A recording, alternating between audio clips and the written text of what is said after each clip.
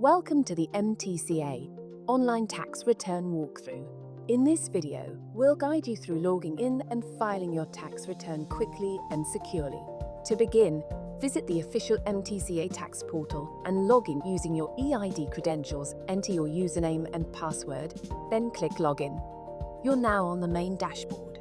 Here, you can access all the features you need to complete your tax return. Let's walk through each section step by step. First, review and update your personal details. Make sure your name and contact information are correct. Make sure to update any changes before proceeding. Next, enter all sources of income. This includes employment, business, pensions, rental, and overseas income. Attach supporting documents where required. Now, enter any allowable deductions. These may include interest on capital, alimony, and tertiary education. Make sure you have the necessary forms or certificates for each deduction.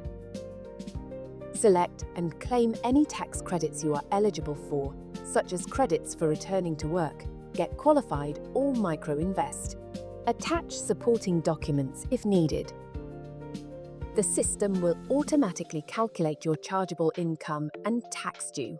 Here, you can also enable the parent rate if this is relevant to you. Review the computed tax and check for any rebates or reliefs, such as double taxation relief.